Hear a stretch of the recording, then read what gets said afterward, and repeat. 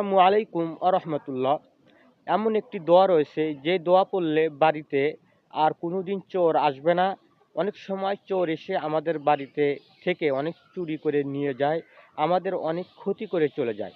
কিন্তু এমন একটি দোয়া রয়েছে যে দোয়া যদি আমরা পড়ি তাহলে ইনশাআল্লাহ আমাদের বাড়িতে আর চোর আসবে না এবং চুরিও করবে না।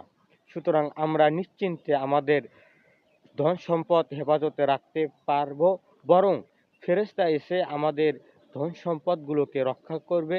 সুতরাং আমাদের কোনো টেনশন করা লাগবে না, কোনো পাহারা দেওয়া লাগবে না। সুতরাং আমরা বাড়িতে সমস্ত সামান, গরু ছাগল ইত্যাদিকে ভালোভাবে রাখতে পারবো। উক্ত দোয়াটি হলো প্রত্যেক দিন রাত্রে বেলা এশার নামাজ পড়ে আয়াতুল কুরসি পড়তে হবে। অর্থাৎ হাদিসের ভিতরে এসেছে একবার একজন সাহাবী আয়াতুল কুরসি পড়ে দোয়া করেছিল, তার ধন সম্পদ কখনোই চুরি হয় নাই।